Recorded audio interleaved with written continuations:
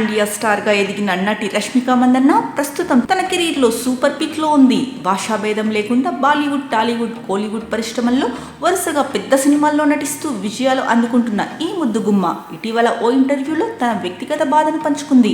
మీరు సెలవులు ఎలా ఎంజాయ్ చేస్తారు అనే ప్రశ్నకు రష్మిక చాలా భావోద్వేగంగా స్పందించారు. రష్మిక మాట్లాడుతూ, నేను వారాంతపు సెలవు కోసం ఏడుస్తాను. ఎందుకంటే నాకు ఒక చెల్లి ఉంది.